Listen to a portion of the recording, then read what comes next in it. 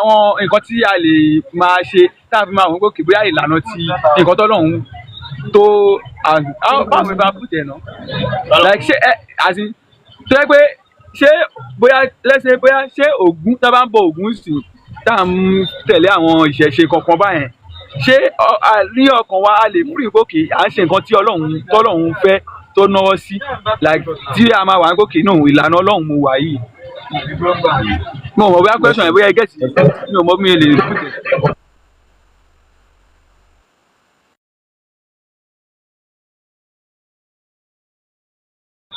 Okay, thank you.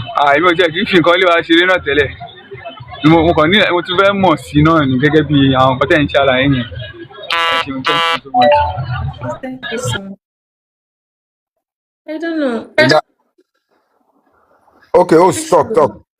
Yeah. Sure, I don't know what to say. I don't know. Your sister has a lot of questions. Inayah, our Sheikh Malik Musa is here. You said you want to ask some questions in Muslim way. Ask now, please. He can answer you very well. You said you even know him, so ask. He's available. Okay. Mekale Mr. Malik. Afagba man here. Anokumulai. Assalamu alaikum. Assalamu alaikum. Assalamu alaikum. Adamallah ayata. Shehu. Inayah, àkọ́kọ́ ṣe Shehu mẹ́ta náà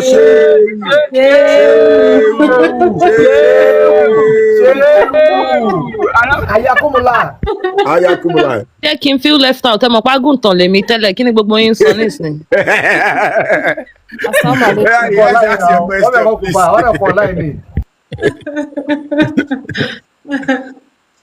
Assalamu alaikum, sir. So, àwọn questions tí mo ní, although mi gbọ́dọ̀ ṣàbòsí àwọn tó ti sọ̀rọ̀ so far, mo really appreciate everybody. Mo dẹ̀ feel pé àwọn questions yẹn ti wà answered, but some of àwọn yẹn tí mo kàn ṣì ní, tí mo dẹ̀ máa fẹ́ kí àwọn yẹn má dàbẹ̀ ni pé mo kàn ń da everybody láàmú pé bóyá torí pé mo repeat ara mi tí mo dẹ̀ feel pé ẹ̀yin náà máa understand based on fact pé ti jẹ́ mùsùlùmí tẹ́lẹ̀ ìdìbò ju wípé a mọ̀ pé ìgbàgbọ́ wa ó kọ́ wa wípé shirk òun ni worst sin.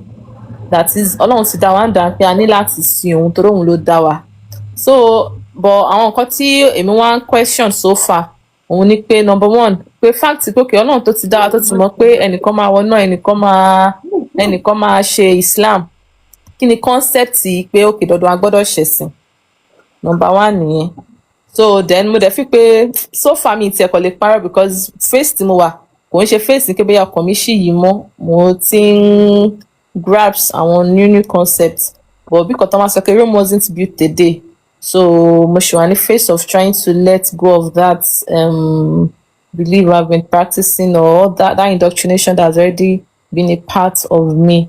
So bí Mr. Freestyle kí ló ń jẹ́ bó ṣe àpẹẹrẹ ń gbà yẹn pé ṣé tí ó bá bí ọmọ kan sínú ilé tí kò tí sọ̀rọ̀ pé tó bá jáde èdè wo ló máa sọ a ní kò ní sọ èdè gẹ́gẹ́ bẹ́ẹ̀ náà ló ṣe dàbí pé ọmọ tó bá bí sílẹ̀ Yorùbá èdè tó bá ń sọ ńbẹ̀ kò sí bó ṣe fẹ́ ṣe èdè yẹn ló máa gbọ́ tó bá dàgbà tó bá ní èdè tó ń sọ yìí o má sọ mọ́ o máa sọ èdè míì o ó lè padà máa sọ èdè Gẹ̀ẹ́sì ṣùgbọ́n èdè tó ti ń sọ tẹ́lẹ̀ yẹn kò ní rọrùn fún láti filẹ̀ gẹ́gẹ́ bẹ́ẹ̀ náà nìyẹn àwa tẹ́pá fi ṣe mùsùlùmí tẹ́lẹ̀ tó ń ké bí àwọn ti bí wa mọ tẹ́pá àti lọ sí bí Muslim school èmi sì mo tún study Islamic studies ní NC so kẹ́lẹ̀ mọ̀ how deep I am in this religion.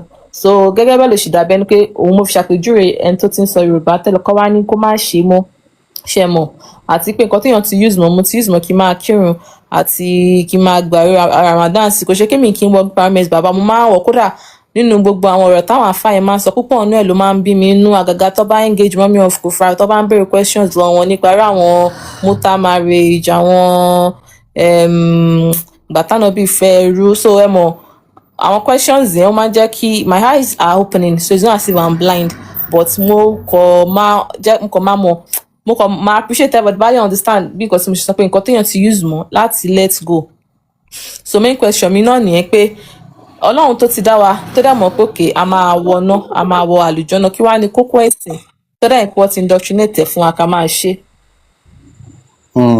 Sísá mi ẹ ṣe gan mo dúpẹ́ mo appreciate àgbékalẹ̀ yìí so kókó ọ̀rọ̀ náà lè ti sọ yẹn kò sí nǹkan kan níbi kankan gbogbo àgbékalẹ̀ ní tó bá ti ní ṣe pẹ̀lẹ́sìn ọmọ ènìyàn ni ṣe rí gbogbo wa pátápátá abára wa pẹ̀lú àṣà àti ṣe ni Ṣé understand? So Yorùbá, Igbo, Lárúbáwá, gbogbo ìran kọ̀ọ̀kan abára wa ní abára wa pẹ̀lú èdè wa, àdẹ̀bára wa pẹ̀lú àṣà àti ìṣe wa. So ẹni tó bá sọ pé nǹkan kan wà, torí pé nǹkan tó ń pè ní àṣà àti ìṣe, nínú àṣà àti ìṣe ni bá ṣe bá, torí pé látijọ́ táyé tí ń jáyé ni ọmọ ènìyàn ti máa ń ṣe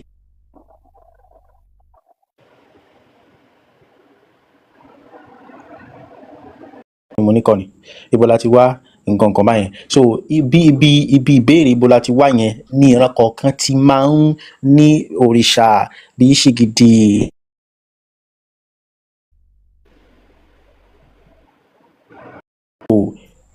Bó ṣe wà nìyẹn. So tá bá rẹ́ nìkan tó sọ wípé ntẹ́yìn gbàgbọ́ láṣà, ntẹ́yìn gbàgbọ́ kò wrong kò right ó wrong, ìsọkúsọ ni, àlọ́ ni, kò wúlò, ó fẹ́ gba yín ni, ó fẹ́ ta tiẹ̀ fún yín kóun lè kó yín lẹ́rù ni, kò jù báyẹn lọ. Gbogbo nǹkan tó bá ti ní í ṣe pẹ̀lẹ́sìn ọmọ ènìyàn ló gbé e kalẹ̀.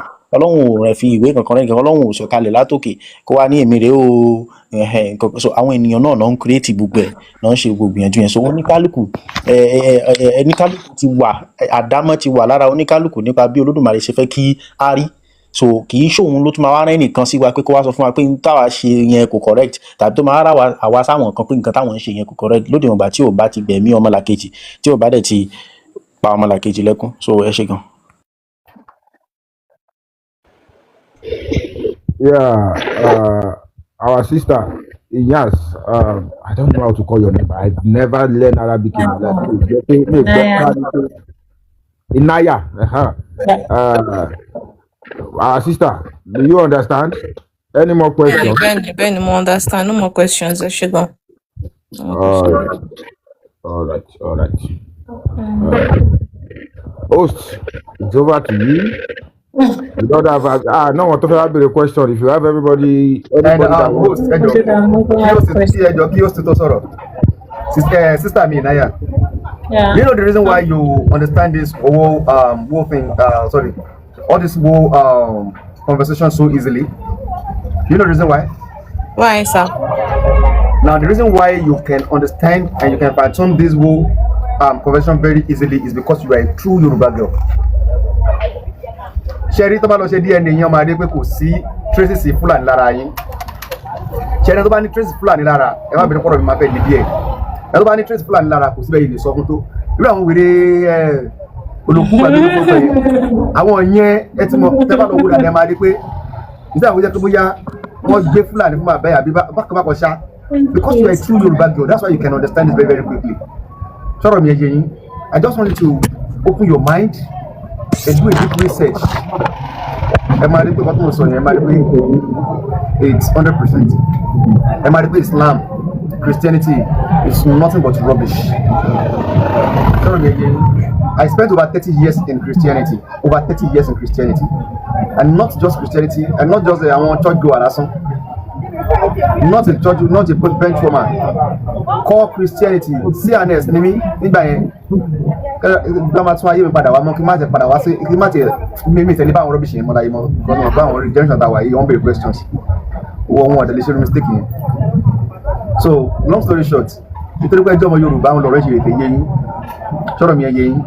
So inú mi dùn pé ẹjọ́ ọmọ Yorùbá ẹ̀ẹ́dẹ̀ ní sílẹ̀ tẹ̀ ẹ̀ẹ́ní fi ẹsẹ̀ lẹ́bàá kẹfẹ́ náà kọ́. Ẹni tẹnujú bí aṣọ, ẹni tẹnujú bí ọ̀bẹ. Àṣẹ mi ò tẹ̀ ní parọ́ torí apart from fact pé mo jẹ́ Mùsùlùmí and all that, èmi gbádùn ṣẹ̀ṣẹ̀ gan. Bistro àmọ́ kódà àpàdé ní Èkó ní last week, mo ṣe ń sọ fún ó ní ìṣẹ̀lẹ̀ kan tó ṣẹlẹ̀ lọ́dọ̀ wa nípa bàbá kan tó lọ jí fóònù lẹ́kọ̀ọ́ tí wọ́n ní àbí bí àchíǹdẹ̀ ló jí tán ní wọ́n mú lọ sọ́dọ̀ aláìlála. Eléyìí ń sọ̀rọ̀ pé wọ́n ní wọ́n pé nǹkan tó ṣojú mi kòró ni tí ó jẹ́ pé ayélálà yẹn mú àṣóhun ló jí fún un, wọ́n fún wọn lómi ayélálà yẹn mú ń deny pé òun kọ́ lóun jí fún yẹn àti lọ́ngàn ó di kó bẹ̀rẹ̀ sí gbogbo bí tó bá rí sọ́kàwé tómi wà ń bẹ akó sí títí bọ́bọ́ yẹn fi wó tó fi tó bá ń ké lóru báyìí. So ẹ mọ̀ gbà tó dẹ̀ kú ayé tó fún ní omi ayélálà yẹn ó dẹ̀ wá sádùúgbò tó wá síbi tó kù sọ̀rọ̀ tó nùgbọ̀n nǹkan tó bá lò kọ́ lọ sọ sódò. Ṣé mọ̀ àwọn nǹkan yẹn ó jẹ́ kí n realize pé okay, even we as Yorùbá we have this power, this spiritual power tí wọn kọ́kọ́ wá tá a mọ̀. So kíkọ́ ni mímọ̀, nǹkan téèyàn ò bá kọ́ èèyàn ò lè mọ̀. So nǹkan tí mò ń try láti phantom nìyẹn. Èèyàn ti ìyá ń mi learn, èèyàn dẹ̀ máa. wọ́n kọ́ wa ìgbà tí ẹ̀sìn yìí dé not demoralize everything tó yẹ pé látòrí àwọn òbí wa wọ́n wá ń gbé wa sá fún. Nígbà àwa là ń sọ àwa nígbà ìwà rọ̀dọ̀ àwọn for example sí àwọn dáàdi yín mọ́mí yín wọ́n ti lọ wọ muslim wọ́n ò ní fojú yín mọ̀ orò tábà dẹ̀ ti fojú ọmọ mọ̀ ó máa ń parun ní nǹkan tó ń ṣẹlẹ̀ ní ẹ̀yin náà máa ní nǹkan tẹ̀ ṣe ń lé yín ọmọ ìsẹ́yìn orò níyì orò abẹ́dìbọ̀kọ ẹ̀gbọ́ ogun òjàjàjà kó wá kó yín kúrádò lè ṣẹ́gun fún yín o ẹ ti understand ẹ jẹ́ kí gbogbo àmọ́ nǹkan tá à ń ṣe tọ́wọ́ bàbá wa bá ti kó sí ara máa liberate wọn little by little we do it because I love what you just said about your submission about our own tradition and belief ó wà bẹ́ẹ̀ ni then àwọn èèyàn máa ń lo conception kan máa ní adé gbogbo nǹkan bẹ́ẹ̀ náà ṣe wá kó wa lẹ́rú wọn ò fogun kó wa lẹ́rú o láyé àtijọ́ is a normal thing kí tó bá lọ jà bóyá Ìbàdàn lọ bá Ọ̀yọ́ jà sí èyí tó bá win tó bá kẹ́rù bẹ̀ bó ṣe bẹ̀rẹ̀ sí ń tà wá síta díẹ̀ nìyẹn wọ́n tàn wá pẹ̀lẹ́ sìn yẹn ni wọ́n tàn wá pẹ̀lẹ́ sìn wọ́n dẹ̀ gbà wọ́n láàyè ni òun ló fi wá gbilẹ̀ tẹ́lẹ̀ mi máa lọ pé muslim ló wá christian so make any sense àwa nìkan in the whole world is only Africa la máa ń claim ẹ̀sìn ẹlẹ́sìn and if you go check it àwa la wà ní bottom list phone tí gbogbo àfijọ́ ń communicate lé ní iyì tàfijọ́ ń sọ̀rọ̀ yìí tí ó bá sí Africa it won't be possible it won't be possible and they're still calling us the last of this earth. No, it's not done. So we have to be woken. After we take back what belongs to us, then we will see. Not for us that we're lying in our ọmọ tó ń bọ̀ lẹ́yìn because nǹkan yìí ti parun máa ń sọ lórí light upon light. I won't even blame anybody that is within the range of 100 downwards now because wọ́n ti kó sí wa lórí àwọn few tó wà nù ṣẹ̀ṣẹ̀ yẹn ní orí kó yọ because at the end of the day ìṣẹ̀ṣẹ̀ ń polówó rẹ̀ ogun ayé èèyàn gbọ́ English kò gbá lárúbáwá o tógun ayé bá kọlù ẹ̀ ogun ayé èèyàn gbọ́ gbogbo kiri yẹn o wàá lọ church wàá lọ mosque wàá lọ even ní hospital gan wá ṣe scan fún èèyàn wọ́n máa sọ fún ẹ pé kò lọ tẹsẹ̀ lébọ̀ ṣáà rí gbogbo muslim clerics yẹn tó máa sọ pé tó bá ṣe kíní kọ̀ọ̀kan wá sọ fún mi inú Quran ló wà ní ṣé inú Quran náà ti rí ogun àdá ogun bọ́n so all these things ìdí ọpọlọ coupled by our parents tó fi mú wọn tó wọn transfer ìsáwà ó dàbí ìgbà téèyàn transfer aggression ni you understand bí wifi ni ó máa connect lọ ni but thank God is moment of truth gbogbo ẹ ti ń là sí so don't be in that stage whereby ṣe máa lọ ná and thank God you are educated, you are a graduate. Aside from this planet kò sí anywhere tí nothing jó because ibi by oxygen wà ibi tí ó bá sí oxygen iná lè jó bẹ́ẹ̀ 1 2 tọ́ba ní ọlọ́run do you know how many Milky Way we have, how many galaxies? More than over 1 billion galaxies tọ́wọ́n náà dẹ̀ ń ṣẹ̀mí tí wọ́n lọ so iná ta ló dáná yẹn tí everybody fẹ́ wọ̀ so if you are scared of that it's not real na lie àwùsù bí lie ni àwùsù bí lie ńlá gidi gan so my dear sister okay Sabe one right on baba mi kale baba mi ms baba sara ali masara sister Rula mo kí yín o sister Inayah ẹjọ́ èmi kàn ní nǹkan méjì tí fẹ́ bá yín sọ ni you have to let your focus be one direction torí gbogbo nǹkan everybody bá yín sọ yìí bá yín sìn tẹ́ bá tún ní bóyá ẹ lọ sí platform Muslim they will just try to distract you, like they will try to confuse you, so you just be confused ẹ nílé mọ nǹkan tí ẹ kẹ́ ṣe. So since táwọn èèyàn tẹ̀ tí ń educate ní báyìí you can just make your own research, then you know what to do. Ṣó ti yé ń bẹ̀yẹn but ẹ bá ń padà lọ sọ́dọ̀ ẹni Muslim àwọn gan-an ní fẹ́ kẹ́ kúrò ń bẹ̀ tó yẹ máa distract yín tó máa sọ oríṣiríṣi tẹ́yìn náà ẹ kàn wá confused pé báwo lẹ fẹ́ ṣe. Ṣó ti yé ń bẹ̀yẹn so ẹ kàn focus síbì kan ẹ má ẹ̀kẹ́ rúbọ yẹn kò sí náà kankan bì kan kò sí ẹ̀rùn kankan bì kan. Ṣó ti yé ń bẹ̀yẹn so nǹkan tẹ́mi kàn ní ti fẹ́ bá yín sọ nìyẹn.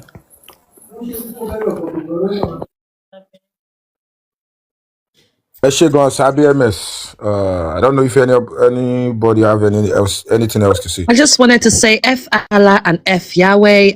The Bible and the Quran are absolute trash. I wouldn't even wipe my yash with these books because they are so dangerous. Yes, our yash is soft over here. I said it all. We need to desensitize respect my religion. No. Everybody, we need to normalize blasphemy and make blasphemy sexy again because this is the fear we're trying to eradicate. Thank you very much, Mommy of Okufa. Host, you want to say anything? Right on. Yeah, I feel like what Mommy of Okufa said is the truth.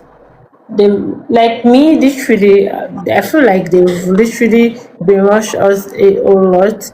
So I don't want to hear anything from them. They don't have anything to say. If anybody have something to say against us, so let them come up. Yeah. And you, host, she's your sister. The stage she is now, she's kind of sitting on the fence. She's still confused because she not because She's confused because she's scared. Ẹ ká sọ Yorùbá. Ó ń bẹ̀rù pé òun máa wọná. nǹkan tó fi dè wá mọ́lẹ̀ gbogbo náà tó fi dè wọ́n pẹ́rẹ́ǹtì wa mọ́lẹ̀ náà nìyẹn. wàá rí nǹkan tó máa ṣí ọ̀nà fún ẹ wàá máa sọ pé ṣíríkù. àwọn tó pín sí ṣíríkù. ẹ ṣàgbọ́ sórí àwọn aládùn. ẹ ṣàgbọ́ sórí aládùn. Literally, I'm so happy. Thanks to Mommy Okufa, MS Baba, everybody. MS Baba is still even on my life. What? So I'm so grateful for everybody. The main thing is that Olóyìnbó ni Allah. Inayah kò sọ fún mi pé mo lọ sílé àjọ lọ sílé ní recently àwọn akéwò tọrọ jẹ ni. Ó ṣe ẹjẹ má bínú mo kàn fẹ́ sáré sọ nǹkan ni. Nǹkan tí ò yá àwọn èèyàn ó pọ̀ gan torí pé gbogbo tó yẹn máa ń pariwo Ọlọ́run paná Adébọ̀rẹ́ or whatever tó bá jẹ́ pé lóòótọ́ inú Ọlọ́run ò dùn sí nǹkan tó ń ṣe yẹn nìṣẹ́ bóyá Ọlọ́run ti pa gbogbo kíní rẹ látijọ́ yìí gbogbo tó yẹn ń pariwo náà ó tún àwọn èèyàn tún pọ̀ sí tó yẹ pé ókè wọ́n bímọ sí tó bá jẹ́ pé inú Ọlọ́run ò dùn sí ọ̀pọ̀ jẹ́ kọ́lọ́run máa fún wọn rárá kò yẹ kọ́lọ́run máa fún wọn lọ́mọ pé kó tẹ̀ máa fi yẹn máa punish wọn pé. Ó yẹ kó tiẹ̀ ti pa wá tíráńkó lágbára ó yẹ kó ti pa gbogbo wa báyìí. ẹ dẹ́ máa pariwo ẹ máa parọ́ fún wa kíní kan so gbogbo àwọn kíní yìí ẹ jọ mental slave ni gbogbo àwọn kíní yìí.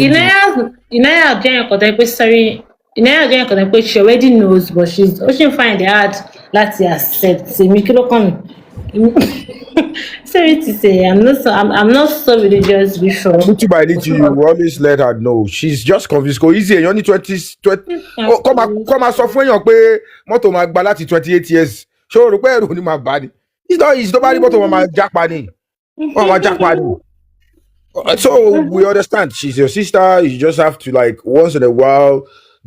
I believe she's calm today because nobody attacked her, which is very good. That's what she needs.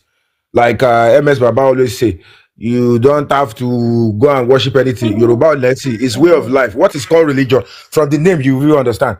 Mm-hmm. Your religion is like your geopolitical area, your ways of life, everything. Mo ṣe máa ń sọ dọ̀la kọ́ lọ mú jáde nínú Bible àti Quran ṣe ibi tó ti ṣe mistake dárúkọ Yorùbá ìran Yorùbá tó ti ṣe gbogbo ìwé tọ́nà kọ tó ti ṣe mistake àwọn àdàpọ̀ à ń force ara wa sí tí wọ́n fọ́. Traveling is the best experience in life. Fíjìrò ó wà ní Bible. Ó wà ní Bible. Ìgbò ló wà bẹ́ẹ̀ tọkọ ẹ lọ ka Genesis 49 ẹsẹ̀ kẹtàlá. Ká fún wa olóyìnbó náà bá sọ ìṣe wọ́n ti brainwash wa gan. Tẹ́bá wo Genesis 49 yẹn nígbà mo wà ní Bible. Ẹnì kan tó sọ pé Ìjẹ̀bú site mo ní ẹ̀ ń ṣe mi mẹ́wàá rọrùn. Ẹ ṣe mi. Ẹ wo bẹ́sẹ̀ ìsọ̀rọ̀ ẹgbẹ́ kí n rántí sí Genesis 49 verse 13 ẹ má bẹ̀rẹ̀ kí mo jẹ lọ́wọ́ ni Genesis 49 verse 13 ó sọ̀rọ̀ nípa àwọn ọmọ tí Nóà bí nígbà tí wọ́n wá pínra wọn ká so eléyìí tí wọ́n wá pín sí ibi sáìdì omi ẹ pé nítorí mi ilẹ̀ làjẹ́ lọ́ bí èmi sí ọmọ làjẹ́ mo wáyé ọmọ agbẹ́rẹ́ ọkọ̀ yẹn wà ọmọ agbẹ́rẹ́ ọkọ̀ yẹn wà bí òyìnbó. àwọn ọmọ làjẹ́ wo wá. bàbá ọmọ làjẹ́ mo wá ní o. So ìlàjẹ́ agbẹ́bí mi so ọwọ́ relate wípé àwọn tó pín sí ibi omi yẹn wípé àwa tá jẹ́ ìlàjẹ́ o wípé ìtọ́jú pé àlè kúkú omi àti pé anything bí omi so àwọn tó wá pèsè bìlà àwọn tí ọmọ Noah yẹn ilé tó wá bọ́ sí ṣáìdì omi yẹn wọ́n wá pé àwa ìlàjẹ pé ibẹ̀ ni a ti yọ jáde èyí ó ní bàbá yìí fi kọ nígbà yẹn bàbá Lẹ́kan Rẹ̀mílẹ́kún sorry ọmọ Rẹ̀mílẹ́kún ọmọ Dáfídì wọ́n wá pé Genesis 49 ẹsẹ̀ kẹtàlá ìlàjẹ ẹ wo long story short. ẹ jẹ́ tó yẹ pé ẹ̀yin tó yẹ pé tẹ́ bá máa sọ̀rọ̀ á gbọ́ ayélálà ìgò kòkó á wórì ẹ́ ṣayélálà wà ló bá ṣe mo máa dúpẹ́ o. ayélálà o. ayélálà bá mi òkòkò tó bá ṣẹ̀mí ẹni àbá tó bá ṣèpẹ́ ayélálà fún máa mú ẹ mọ́ tí bí ẹ ti ṣe mọ́ rí báyìí bẹ́ẹ̀ lè pẹ́ yẹn máa mú ẹ gbogbo àwọn pásítọ̀. ẹ jọ̀ọ́ mo ní question fún gbogbo ilé o. Allah àbí use condom. Use condom. Use condom ni. Use condom ti wà okay. Use condom. Paracetamol 10 naira tó lágbára. Ẹ̀yin fún mi ní pépà condom yẹn. Use condom ó ti lọ́wọ́ àbá. Paracetamol 10 naira. Ẹnìkan bí mi kí ni genotype Allah. F9. Nǹkan tó ń bèrè lọ́rọ̀ Ó ṣẹ̀kalẹ̀. Yeah, good evening. Good morning. Good evening. Yeah, I didn't know. Good evening. Mo kí gbogbo ilé fíṣì o. I love you all so much. MS Baba. Mo kí everybody. Ẹ kú ètò. I didn't know maybe I can say one or two things. Yeah. Ọ̀gá wa Fíṣírò ẹ kalẹ̀ ẹ kú kó lè dáa tẹ́ ẹ̀ ń ṣe àwọn ẹ̀yin àti mí náà bíi MTN ní everywhere you go a máa ṣàbá yín ẹ ṣe gan. One thing about this thing is that ìtẹ́mi kàn fẹ́ contribute ni pé we have to know about the fears of àwa náà lè research MS ti jẹ́ kó yé wa pé tán bá fún one verse kan because one thing about this thing is that if you go to any Muslim page they didn't as in you are not chance to ask the question. You have to take all what they say. Gbogbo nǹkan tí wọ́n bá ti sọ fún ẹ gbọ́dọ̀ gbà bẹ́ẹ̀.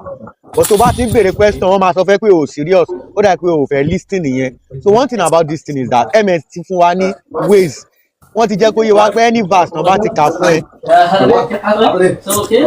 Olówó wọ́n ní verse náà bá ti kà fún ẹ a lè béèrè sábàbù nùzù báyà ẹ ṣe sọ̀kalẹ̀ a lè béèrè tẹ̀sílẹ̀ ó fún wa ní a lot of things àmọ́ dọ̀yìí àmọ́ sọ̀yìí àmọ́ azan àwọn kìíní yẹn gan lásán tí wọ́n kọ́ wa lè kí ó wọ́n jẹ́ kí a mọ knowledge so a nídìí ẹni àfà láti máa sọ pé ó interpret kan tá a lè kà fún wa láti máa interpret pé kì í ṣe kíní yìí need interpretation ó nídìí ẹ̀ because wọ́n kọ́ ló ṣe test inú ilé ẹni so that's why ní a lot of tẹ́ bá wà àwọn tó ti ń get sensible wọ́n láwọn ò gbà dit wọ́n ní àwọn ò tún gba test gan test táwọn làwọn máa lò ẹ ti rí pé wọ́n ti ní sensible but one or two ways they don't want to leave that religion ṣe one thing about this thing is that ẹ lọ bèrè gbogbo planet tó wà health tá a wà nìkan ni iná ti lè jó because gbogbo health tó kú òní máa ń béèrè pé ẹjọ́ bo ni iná yẹn ti fẹ́ jó ṣé nínú ayé náà la wà ìtẹ́mi kan máa ń sọ fáwọn èèyàn tí mò ń library bàbá ìtẹ́ ń wò yìí ó mo wà lọ́dọ̀ pàdé mi kan ní tí mo ti rí ti pẹ́ ó sì ń sọ̀rọ̀ MS pé in tó máa ń sọ ní pé paracetamol 10 naira ó lágbára ju kíni lọ lágbára ju àlá lọ you know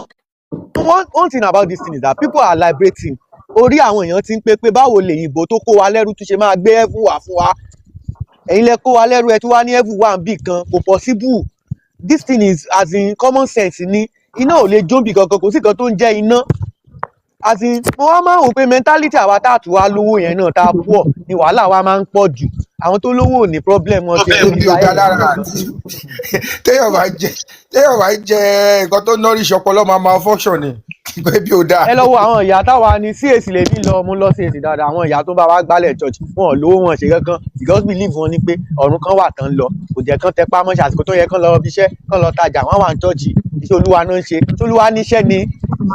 So one thing about this thing is that kí la ní ta fẹ́ fi sin Ọlọ́run gan àwa wò so kíní yẹn ó máa ń wá bàbá fún pé a ní láti ṣí orí wa fúnra wa pòkè is there any ibo gan ni hell yẹn fẹ́ wà ṣé ẹ rí i pé ta bá lọ sí hell yẹn gan pay because kò ní sí rule and regulation àti lọ hell a ní rule and regulation tọ́lọ́ fún wa máa yé bí ó ti yẹ yín ta bá lọ sí hell DJ máa play a máa rí di ṣe gbogbo ẹ̀ but ẹ̀fù yẹn máa ní má débí má débẹ̀ yẹn tí ó jẹ ni ẹni tẹ́ ń parọ́ mọ́ yìí kò tiẹ̀ fún wa rule and regulation kò sọ pé wọ̀ òun lélẹ̀ ẹ̀yin náà lẹ́sọ pé ìkọ́bà èṣù ni because all these two books ìwé ni Acton and Boast ọjọ́ tẹ bá ti pa Satan nínú ìwé méjèèjì kò sí nǹkan kan mọ́ fíìmù ti tán tó gbọ́dọ̀ máa exist torí ẹ̀ náà ló ṣe wà mẹ́ka dọ́là ó gbọ́dọ̀ exist lọ so kíní is just a film kò sẹ́ni tó rí òjújú Calabar ta máa ń sọ fáwọn ọmọ kékeré pé òjújú Calabar is there and they are still believing èmi gan ṣì rò lọ́jọ́ kan pé ẹjọ́ òbí wa wo ló ti lọ Calabar tó rójújú Calabar yẹn gan rí no ìbẹ̀rù darkness ni tó bá yà àtúní so kíní yẹn is just a fiction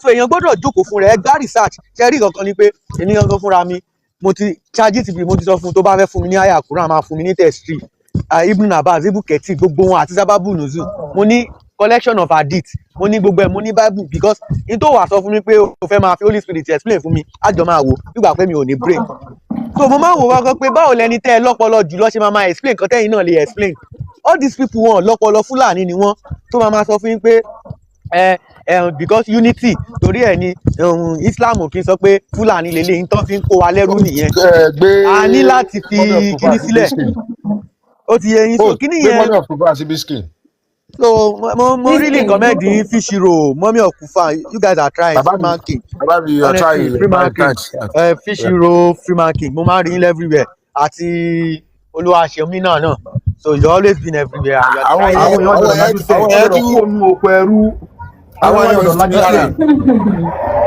táwọn èèyàn bá lajú ẹ wo ẹgbẹ́ ìgbọ́ mi Mr. Sinzu ẹ wo orú Inayah yìí which is Miriam ṣẹ́ni tí ò bá lajú bó ṣe wà yìí ṣẹ́gbọ́n tí ò bá lajú nǹkan tó study ní school yẹn kò lè apply yẹ because níjọ́ máa fa padà sẹ́yìn that's the problem what is the usefulness of the school nígbà tó kò bá lè apply yẹ tẹ́kọ̀ tó fẹ́ ṣe léyìí níjọ́ máa dẹ padà sẹ́yìn pé rọ́mà dẹ̀ wò I will tell you something for free ìgbà mo kó religion ìgbà mo tó make a first million mi that was when I first made my first million and before you can be rich in this life you must take both the good and the bad over join them together tó lè lọ́wọ́.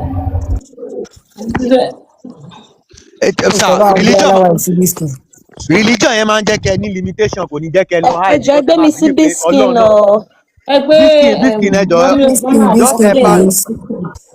biskin religion yẹn máa fún yín ní limitation ẹ máa believe kọ́lọ́ náà ní kẹwàá.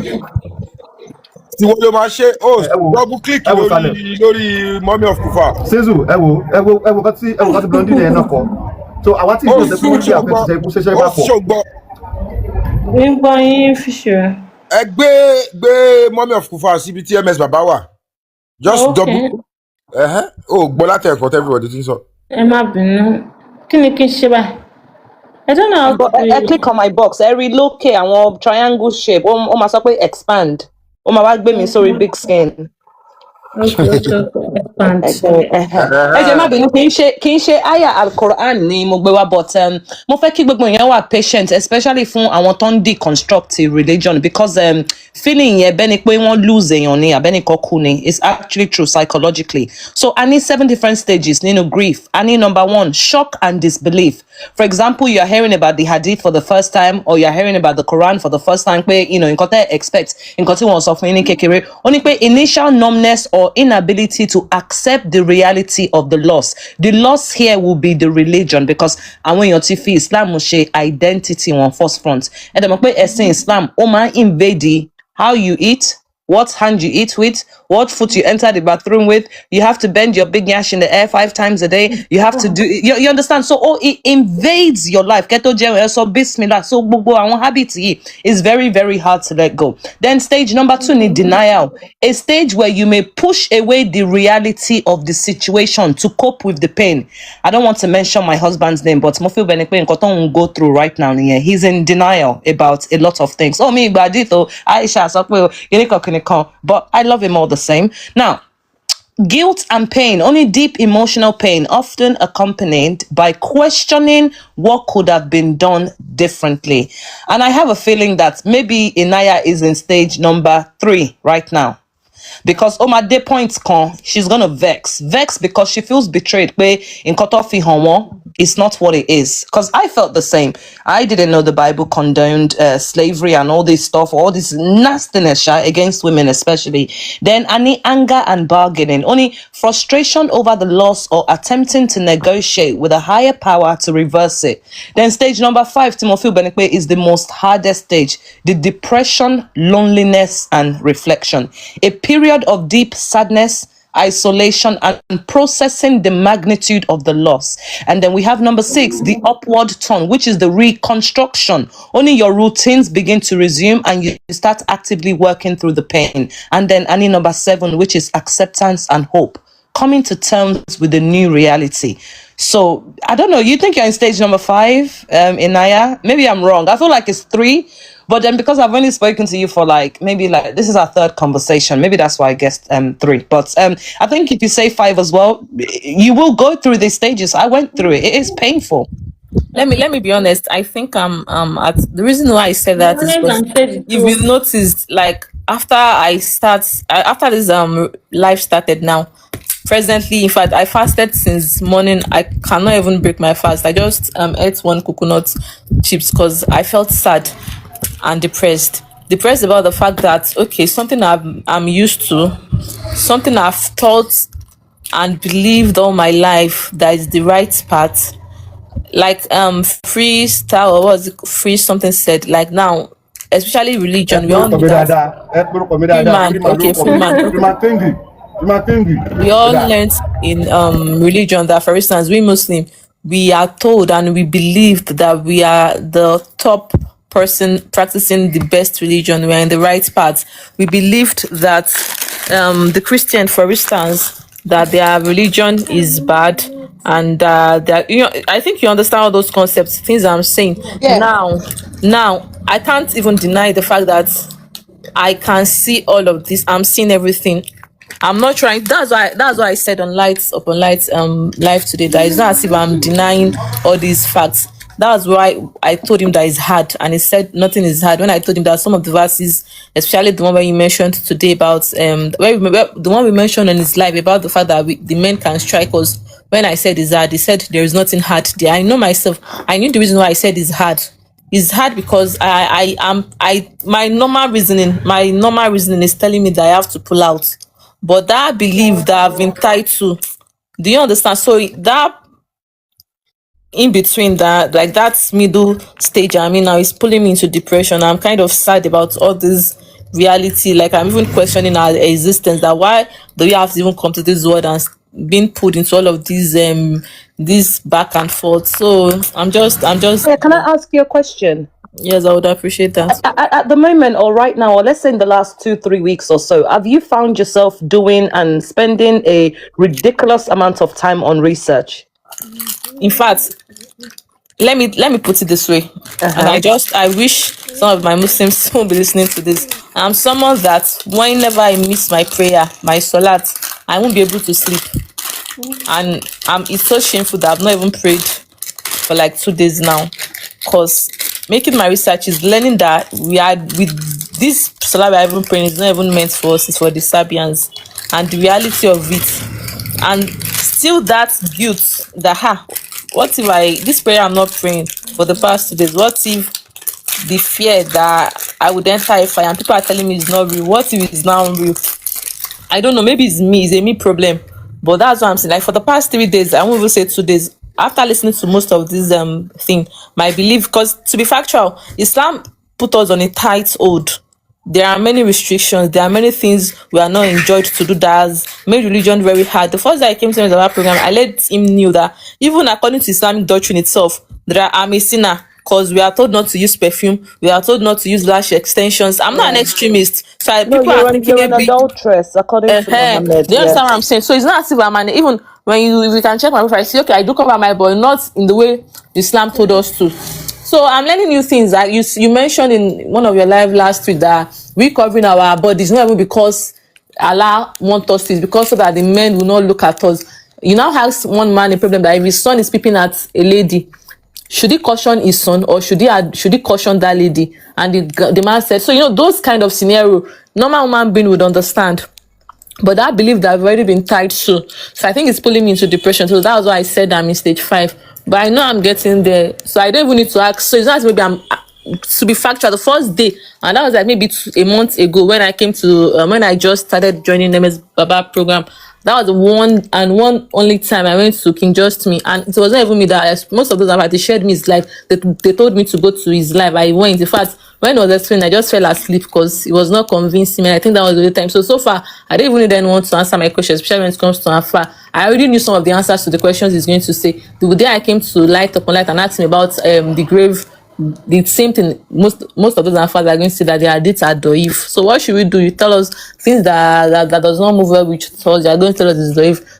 See, it's a very, very difficult stage. So I pray I overcome all of these feelings. It's a cop out, and this is why you have to do your you sound like a very reasonable person. You sound like you're using logic. You seem like a very upfront person as well. Please stop going to the Sheikh and Al-Faz, because you need to understand they are protecting their own interest. A lot of them are doing this as a livelihood rather than having a career. A lot of them, look, if that's my method of making money, I'm gonna do anything and whatever I can to keep that money, keep that income flowing. That's what you need to understand. Now we have no one has any more excuses. You have access to the internet, you have Google Translator, you've got ChatGPT, you can copy and paste the word in Arabic if you want to hear it in Arabic. You have Duolingo. There's so many resources out here for anyone to say is that, oh, I can't make my research. No, you don't have that option anymore. Your ancestors didn't have that option. They didn't have the internet. Do you think our ancestors will hear all this nonsense and agree, oh, all this mutta marriage and this slavery and this miliki yamin and this right hand possession and this sleeping with children and come on. They would never have accepted that poison. But they had no choice. Now we have a choice. And we want to break the chain and the barrier, because I'm ashamed that I come from a nation that prefers churches and mosque than schools and hospital. Look at the president of Burkina Faso. Look how many mosques he rejected last year. What are we doing with it? Why is the mortality rate in Nigeria so high?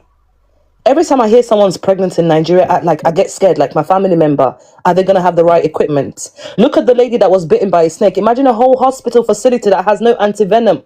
We have bigger fish to fry than all this Abrahamic religion. What's Islam doing? I'm sorry. Anywhere Islam goes, Wahala follows. We've seen that. Historically speaking, look at what they turned the nation of Iran to. Look at Iraq in 1960 or 1950 something, wearing what they want. And guess what? It is us women and children that will suffer the most, because Islam is a gentleman's club that benefits men and men only. That's the pill you need to swallow. Which God is going to tell a man to hit his wife? Which God is going to put an ayah in the Quran saying, don't come to the prophet's house? I always fantasize how Muhammad got that revelation saying, Jibril came from Allah. Allah told Jibril to tell me, you guys don't come to my house. I find it what you guys start using logic with these things, please. Let me try to summarize some of my findings so far. Now, number one, I'm learning that the revelation the prophet even received is not as if Jibril came in a form to him. It was from his own mind. And I'll start questioning that. What if today, which I just feel like something came to my mind,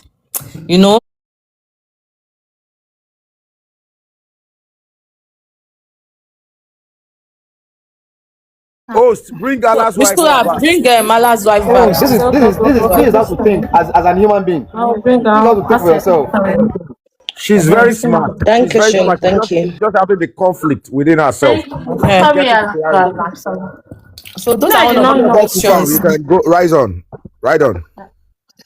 Okay, so Inayah, I need to show you something very important to see the characteristics of a cult leader. So for most of you that don't know, there was another so-called prophet called Jim Jones. He was actually a Christian.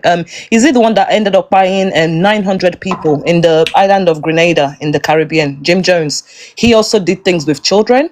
He also had multiple women. Let me bring it up. So you're going to try and tell me what is the difference between Jim Jones, and this is an actual person, or you can watch the documentary. The documentary is very visual. You can literally hear how they all drank that Kool-Aid and they were unaliving, thinking they were going to meet God. You understand? And another common characteristics of cult is that there's always like this ending. So there's like this big massive finish of the world that's going to happen. Christianity has it. They said the trumpets will blow. Islam has it. One day everybody go do this. It's a lie. So I'm gonna just find it. You guys can talk for a minute. Let me just find it and I'll put it up on the screen and you can see. People do this all the time. Men, especially.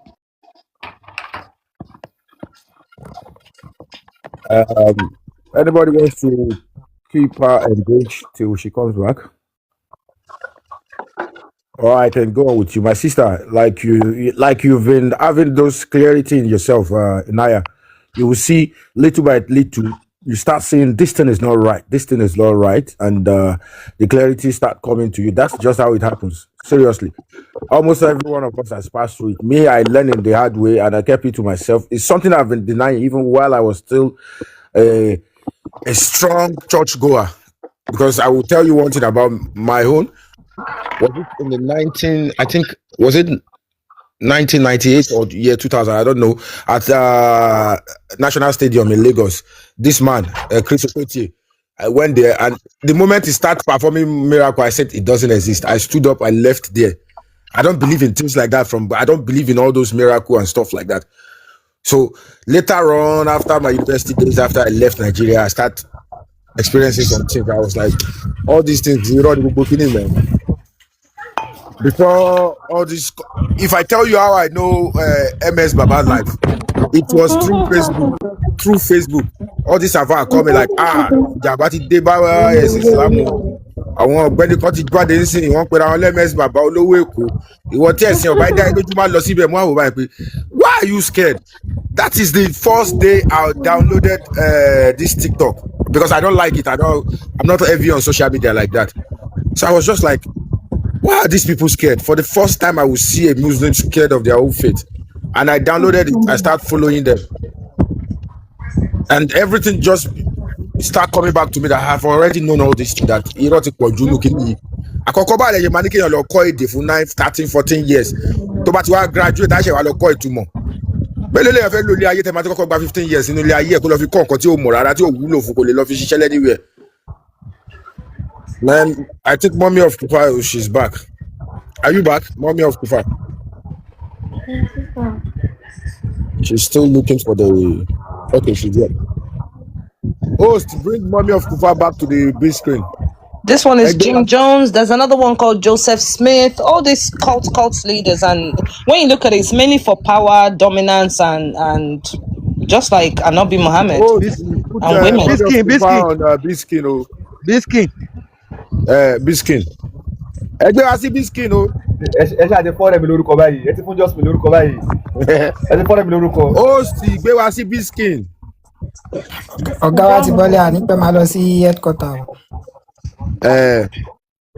We have even done well today, but let's still go on before she finishes. This is our third day first. That's true. Mother of Kufa, right on. 1 second, let me just get it up. So I'm going to about that Jim Jones really quickly. So I want to go cult leader. God heard from them. Only Jim Jones was an American cult leader who founded the People's Temple, a group that mixed Christianity with socialism. On November 18, 1978, Jones orchestrated a mass murder, unaliving suicide in Jonestown, Guyana, resulting in the unaliving of over 900 people, including 304 children, by drinking cyanide-laced punch. The founder, Jim Jones, 1931 to 1978, established the People's Temple in Indianapolis in the 1950s before moving it to California. The group focused on racial equality and communal living, often attracting marginalized individuals, but it evolved into a destructive authoritarian cult. Jonestown, in the middle of 1917, Jones moved his followers to a remote settlement in Guyana to escape scrutiny, calling it the People's Temple Agricultural Project. After U.S. Congressman Leo Ryan went to investigate the abuse allegation, he was murdered by temple members on an airstrip. So this is also another man that claimed to have heard from God and convinced 900 people to drink a poison-laced drink. The documentary is on YouTube. Type it in, Jim Jones, because they recorded the whole thing, thinking they were going to meet God. Children, women, men, everybody died. How many lives did Muhammad take in his how many years of prophethood?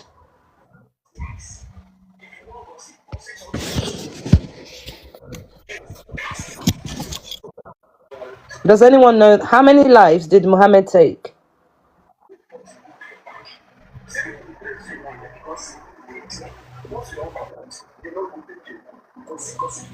Inayah? I don't know. I think there I don't think there is an actual number during the war. I don't think there was an actual number of people it took. You know, he also took lives of women and children. Because in fact, I just learnt of the fact that he even took slave, and some of them, some of the slave women that I think there was a verse that you mentioned in one of MS Baba's life whereby you said Allah gave him permission, and especially that I swear to the Almighty that day after I finished watching that live, I ended up crying at the because I felt deceived. Yes, that is the word I can use. Because now, let me a summary. You said he captured some female slaves as well. So I think Sabe. They were like, can they have sexual relation with? The Sahabe said they didn't like having sex with them because they had husbands, so they took the matter to Muhammad. So I think then a verse was revealed where he was told that he could have sexual relation with them. And then you now mentioned an hadith whereby Aisha, I think someone argued that the Prophet did not get involved in this sexual relation with his slaves, and he mentioned an hadith whereby Aisha and Hafsa went to meet the Prophet and were annoyed about the fact that he was going to have slave with, what's the name of this girl? Hafsa Maria Al-Qibtiyah. Yeah. So, but where I'm going was exactly the point, because I haven't asked Mr. that question. That this thing is kind of looking shady. That okay, now his wife caught him. He now said he's not going to do it again because they don't like it. Then maybe a day or 2 days after, he now said a verse was revealed to him that why has he prohibit what that Allah said, why has he prohibit what he made. So that verse is kind of shady. It's not just that verse alone. There's another verse where he wanted, his adopted son, Zaid, where he wanted Zaid's wife, Zainab. Bear in mind, Zainab is Muhammad's first cousin, by the way. So him and Zaid and that Zainab were married, and if you read the story, I'll see if I can get you it on Islam Web, right? It's in Arabic, but you can translate it to English if you want. The story was like he went to visit Zaid one day, and the wind came and blew. Zaid wasn't home, and I don't know, maybe Zainab was not dressed properly or something. So he had entered the heart. Like if you read that verse, it's very clear. Allah was even saying in there, you were worried about what people were going to have to say. Worry about Allah. Don't worry about what others. Go and read that verse. I think it's 33. Let me see if I can get it up on the screen. It's really important. And this is why when you guys say, oh, the Quran, it wasn't sent out all at once. It was progressive revelation. I feel like Muhammad was literally making up each verse as he goes. Because when you talk about cause and asbab and nuzul and reason for revelation, right? It's like when you look at the context, something would have happened first, and then the message will come down. And this is why I feel like Muhammad would have and definitely had the possibility to manipulate a lot of these ayahs to suit his own convenience. Because if you carry on reading the ayah, I think he was threatening Aisha, like he was going to leave her and, get better wives. When Allah was saying, if you don't listen, I will get Muhammad wives that are better than you. Like, it's so crazy. Like, I don't, but that particular verse that day, I was extremely confused. Like, why is it that it was after Aisha and Hafsa caught him that I now said, Allah said, why has he prohibit what he made permissible? So it's as if maybe I want to commit a crime now and I want to kind of like find a justification. Sort of thing is like when someone have common sense. So it's not if I don't have common sense. So you understand all of these things, that this thing is kind of looking shady. If you ask me for my opinion, right? Have you ever seen those children's puppet show?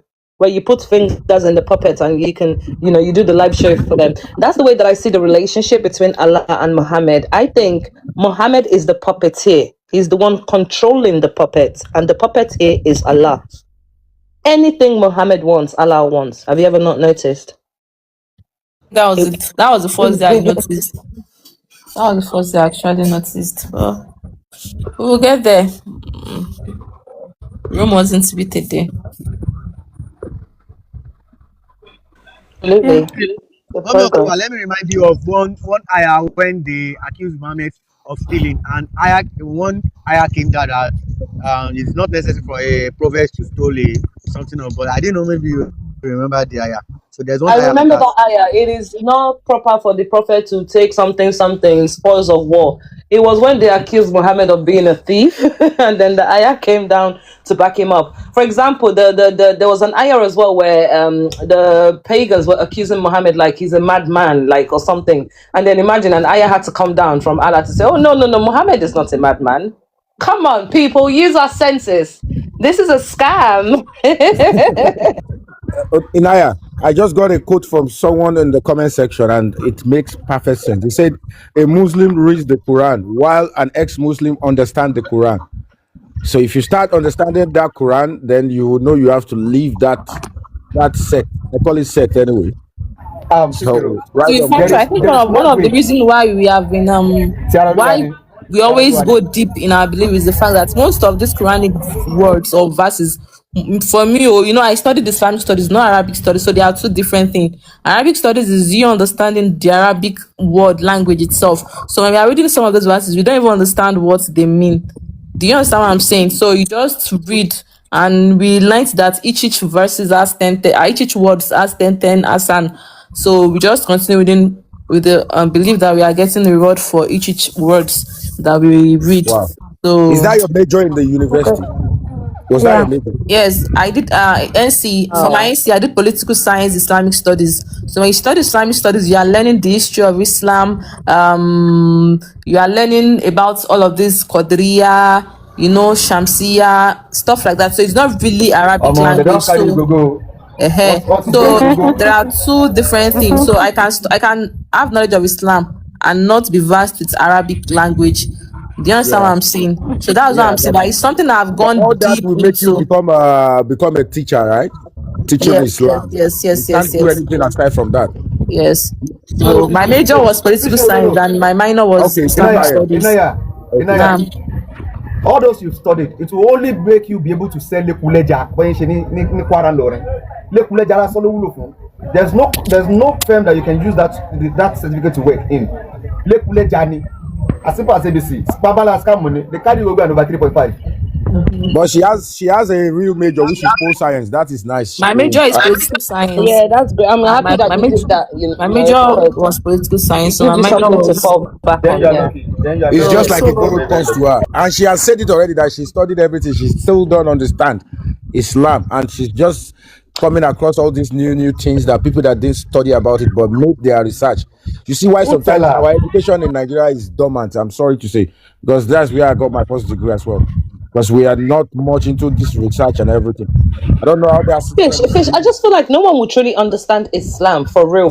Even me, like the amount of time I've spent on it, like I'm not saying I know it all, but Islam is such a deep, there's too many things to cover. You got the Quran itself, you got the tafsir, you got the hadith, you got the imams, the school of jurisprudence, you got the fatwas.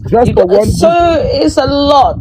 I don't know how you people do it. It's a freaking headache. I don't have time for that shit. It's appalling. And you know the funniest part? Once you agreed on something, now another set of people will come, they'll say no.